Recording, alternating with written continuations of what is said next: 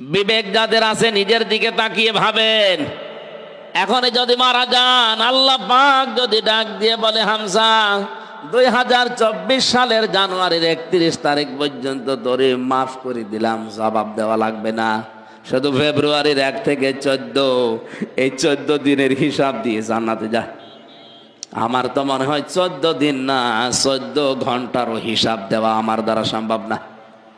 নবীজি বলেন, বনি ইসরাইলের একজন লোক 1000 বছর ইবাদত করেছিল। ও মনে মনে ভাবছে, আমি যা করেছি আমি জান্নাত পেয়ে বসে আছি।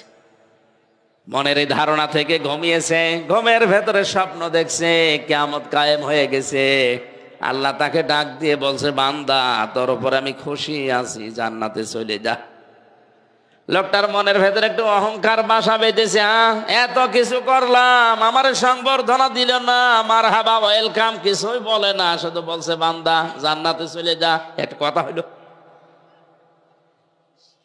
আল্লাহ পাক মনের ভাষা বুঝতে পেরে ডাক দিয়ে বলে, ফেরেশতারা জাহান্নামের যেখানে গরম ওঠে ওই গারামা, ওই জায়গা থেকে ওরে একটু ঘোরা।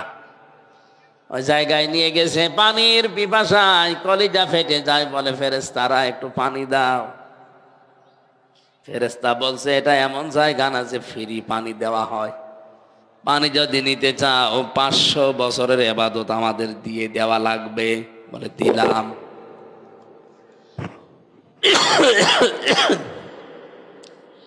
পানি খাওয়ার পরে প্রসাবের চাপ দিয়েছে, বলছে ভাই একটু ব্যবস্থা করো। জায়গা নেই, ব্যবস্থা করে দিতে পারি, বাকি 500 বছরের ওইটাও দেওয়া লাগবে। আমার জীবনই বাঁচে না, দিয়ে দিলাম। আল্লাহ পাক এবার ডাক দিয়েছে, বান্দা 1 গ্লাস পানি ভেতরে ঢোকালে আর 1 গ্লাস বের করে ফেলে দিলে। এই জন্য 1000 বছরের যত ইবাদত সব দিয়ে দিয়েছো। 1000 বছর দুনিয়ায় তোমার হায়াত ছিল, প্রতিদিন কত গ্লাস পানি পান করেছিলে? কিছুর হিসাব দেওয়া লাগবে না, শুধু 1 গ্লাস করে যদি প্রতিদিন পানি পান করে থাকো, 1000 বছর যত গ্লাস পানি পান করেছো প্রতি গ্লাসে 500 বছরের ইবাদত দাও, এরপরে জান্নাতে যাও। এজন্য আল্লাহ যদি ন্যায় বিচার কারো করে সে বাঁচবে না। নবীজি মুহাম্মদ রাসূলুল্লাহ মাঝে মাঝে বলতেন, সাহাবীরা কিয়ামতে আল্লাহর বিচার থেকে আমিও মাপ পাবো না যদি আল্লাহর দয়া না পাই।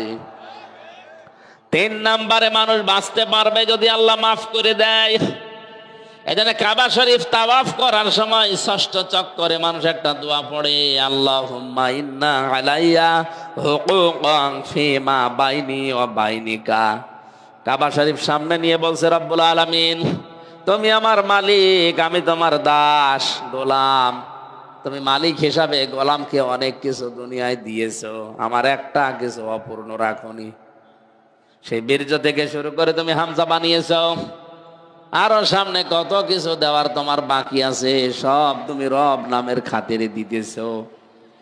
কিন্তু আমি যে তোমার গোলাম, আমি তোমার দাস, আমি তোমার বান্দা, আজ পর্যন্ত তোমাকে দেখানোর মতো কিছুই দিতে পারিনি। তবে একটা পুঁজি আমার আছে, আল্লাহ তুমি রব হিসাবে আমারে মাফ করে দাও। বিবেক যাদের আছে নিজের দিকে তাকিয়ে ভাবেন, এখন যদি মারা যান, আল্লাহ পাক যদি ডাক দিয়ে বলে হামজা 2024 সালের জানুয়ারির 31 তারিখ পর্যন্ত তোরে মাফ করে দিলাম, জবাব দেওয়া লাগবে না, শুধু ফেব্রুয়ারির 1 থেকে 14 এই 14 দিনের হিসাব দিয়ে জান্নাতে যা। আমার তো মনে হয় 14 দিন না 14 ঘন্টারও হিসাব দেওয়া আমার দ্বারা সম্ভব না। আমি আর কি করি বলেন তো? 24 ঘন্টার 18 ঘন্টা আমি গাড়িতে থাকি, অন্তত অন্য কোনো গোনা সেরকম আমার স্পর্শ করেই না। আর 3টা বছর তো এক ঘরের ভেতরে ছিলাম, ফাঁসির কন্ডেম ছেলে, ওখানে গোনা করার কোনো সুযোগও নেই।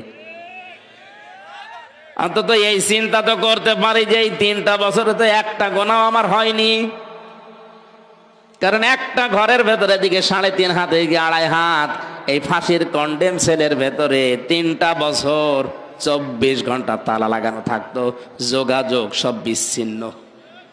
এই 3 বছরে কোরআন পড়া আর জিকির করা ছাড়া অন্য কিছু তো করতেই পারিনি।